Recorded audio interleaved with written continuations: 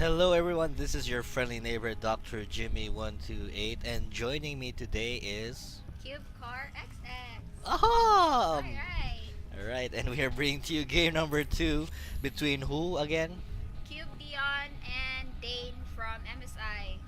Alright, so this game of course happened during the esports festival. This is game number 2. In game number 1 we saw Dion uh grab it how do you say this? He pulled ahead after a very strong roach rush early on in his game in on daybreak, and from there Dane just had a hard time making up for the lost SCV. So spawning here in the upper right corner we have MSI Dane. yay, and his Yay! opponent of course is the yellow Zerg, and he is Our fellow Cube member and team captain, Cube Dion. woohoo, and the map is of course going to be in Tomb Valley. It's of course a four-player map, so unlike the other game, which was Daybreak, that was a 1v1 map. So here you have the element of spawning in three possible places. Have you played here before on in Tomb Valley now? Yeah. How do you find it as a map? It's pretty much challenging because you really need to scout where your opponent is. So, Yeah, it's very important, especially on the four-player map. So Dion spawning and at the upper left-hand corner. However, he isn't aware that they're actually in cross spawn. So we're seeing very standard builds from both players. We have the wall off, which of course you've been practicing, right? yeah. Against Zerg. Yeah. And then of course for Dion, he's going with the very standard fast expand. I think this is a 15 hatch, 15 pool from Dion. So looking to take this into the macro game. We saw the first game go up all the way up to 21 minutes. So will this game go as long, and will it go the distance? And okay, so there's a one racks expand here from Dane. So it looks like he also has the idea to go macro.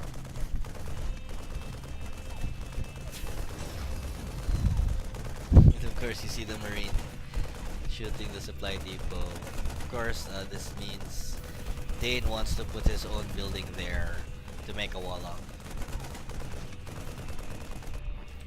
Alright. So we see Dion now making two queens. His spawning pool has now finished. Very standard play from both players, which is all I can say. And what do you think about this bunker placement? Why do you think he's putting it right here? Probably just thinking do a Zerg rush. Um, if the Zergs are going to run up all the way to his main base, then like the Zergs can just really go inside the base. Yeah. The Marines Mhm. is that right? Yes, it is right. And also, it will also protect the expansion at the same time. There. So instead of putting, normally, Terrans like to put their bunker here, right? But, it can easily be bypassed. So they put it here, they can close down the front. If they go for the expansion, then it's pretty much covered. But of course, uh, as you saw right there, if the Zerglings would just attack from here, then he would let the Marines go out and attack. And aha! We're seeing another roach rush from Dion, so he's going for the exact same build, the exact same early pressure. And the travel distance is rather far, judging by the size of the map. And we see Dane going for a 1-1-1 build, getting two Hellions. So look for him to swap the starport with either this tech lab or the okay. So it's going to be a Banshee. But oh, here come the Hellions. They are going to encounter the roaches in the middle of the map, and Dane must be saying not again. So Dane will now have to defend against this 8 roach rush. Though he has 4 Hellions out and wisely repairing the 2 Hellions who got intercepted by the Roaches. But here comes the Roaches. Looking, they will be able to take out. No, the Hellion survives.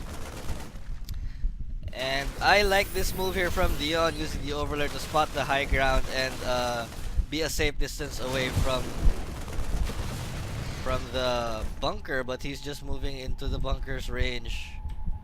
All the same, I would have preferred. Okay, so he's going to put pressure on the expansion, and we should see Dane lift this up once it reaches about half life. And he's just gonna tease Dion. Okay. And here comes the Banshee now. The Banshee is now out for Dane, and he also has a Marauder at the top. But he is not able to salvage the bunker. He's gonna lose these 3 Marines. However, I don't think this is a good exchange for Dion, going to lose 8 Roaches for the price of a bunker, submarines, and a supply depot. So not the best exchange. It would have been wiser if Dion just backed up to the safety, of his creep. But Dion deciding to sacrifice those 8 Roaches and an Overlord. So if you look at the resources lost, Lugi C. Huh? I mean Dion. Dion. He's lost more resources. Oh, you're talking about. Yeah. I missed that. It's okay. Alright, so you've been practicing a lot lately, haven't you? Yeah, What have you learned? a lot. Forgate. Still working on with my FFE. So against Zerg, since I'm really having problems, with Zerg. So I have to work on with my FFE for now. Alright. It looks like we have a Hellion and Banshee now moving out across the map. They're going to see the Zerglings. But Dion mainly trying to gain some map control, trying to gain some vision, trying to check if maybe there's a possible third, but a fast third from Dane, but that's not going to happen. Though Dion is still slightly ahead in food, and I see food right beside me also.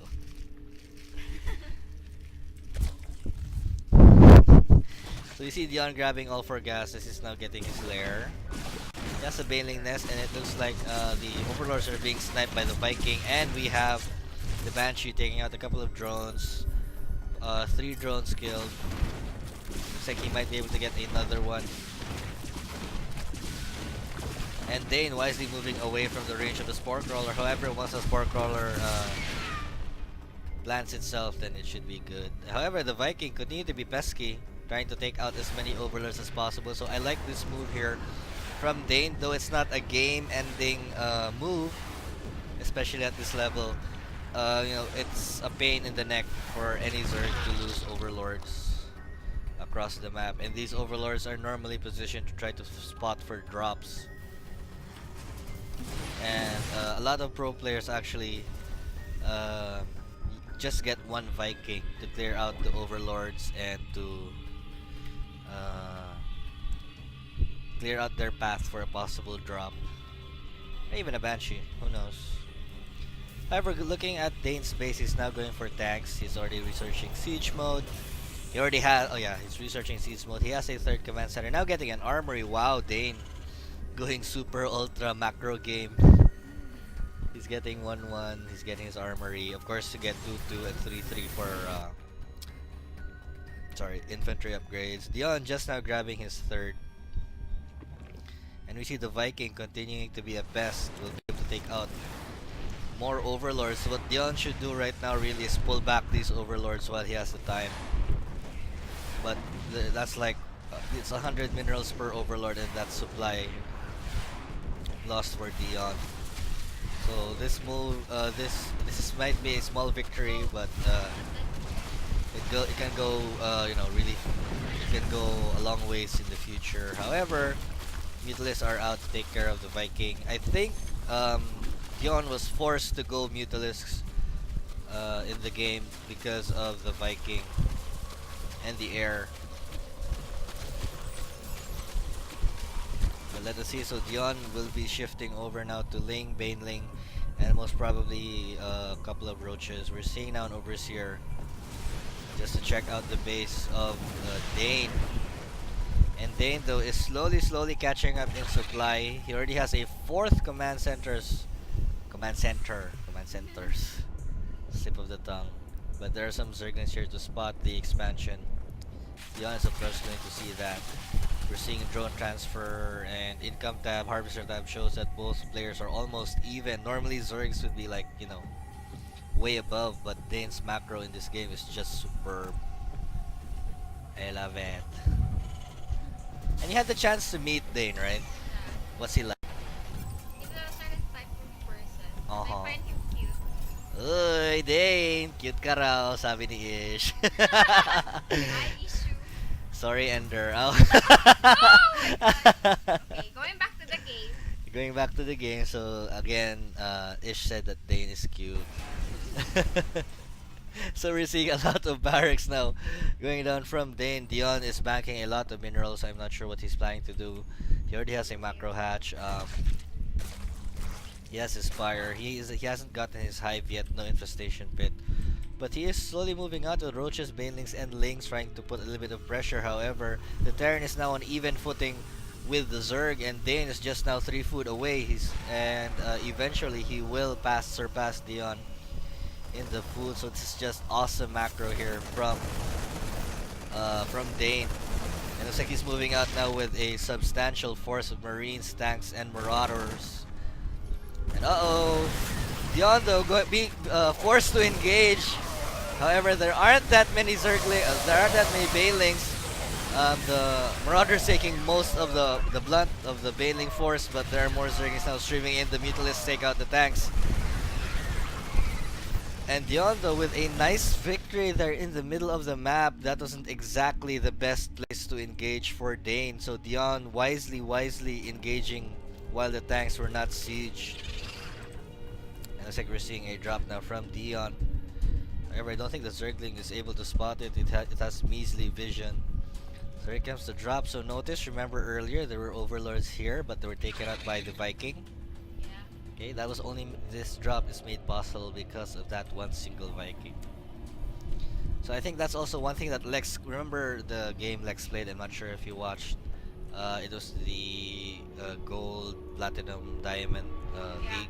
One he for free. Yeah, he had a lot of drops, but it's just those drops were all predicted and scouted by his opponent. If he had just one Viking to take out those overlords, then it would have been different. But we have another big engagement right here, and so many Banelings taking out the Marines and tanks. And Dion though now threatening to destroy. No, why on the supply depots, Dion? Why on the supply depots? But it looks like the natural for Dane is very vulnerable. Baneling's going to explode all over the SCVs. So 20 SCVs total. However, what is Dion doing to follow this up? He is sending in more Zerglings. However, we have 3-3 for the infantry. And we have a drop here at the third base. So Dane making very good use of the drops. Killing off more drones of his own.